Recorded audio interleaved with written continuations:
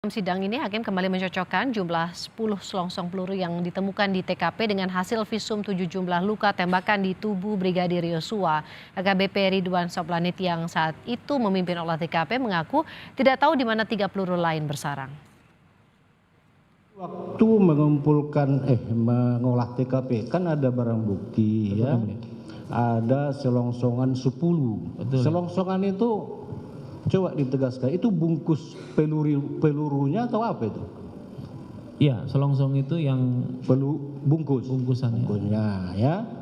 Terus proyektilnya maksudnya apa itu?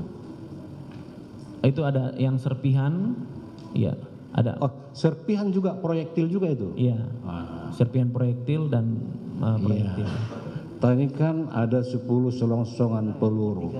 Kalau ada 10 selongsongan peluru dalam pengalamanmu, ya, itu artinya ditembak berapa peluru yang ditembak?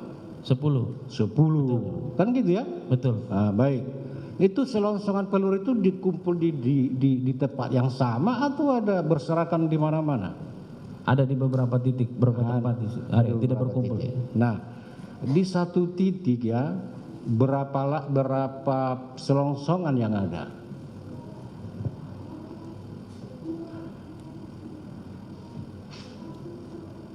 Ini dapat kita jelaskan di sini, yang mulia. Nggak jelas, ya.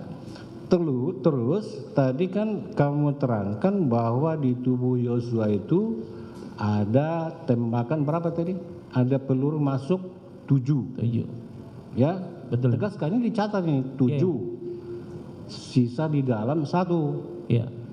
Nah, terus yang 3 lagi kemana? Kan 10 selongsongan. Siap, 3 lagi ditembak kemana? Betul, yang mulia. Iya, yang 3 lagi itu ditembakkan ke arah mana? Jadi yang waktu hasil visum dengan luka yang ada pada tubuh Yosua saat itu menyampaikan ada 7 yang masuk. Hasil dari visum, ya? Ya, dari visum. Terus yang 3 itu kamu tahu nggak? Yang 3 tembakan itu ditembakkan kemana? Kamu tahu nggak? 3 tembakan itu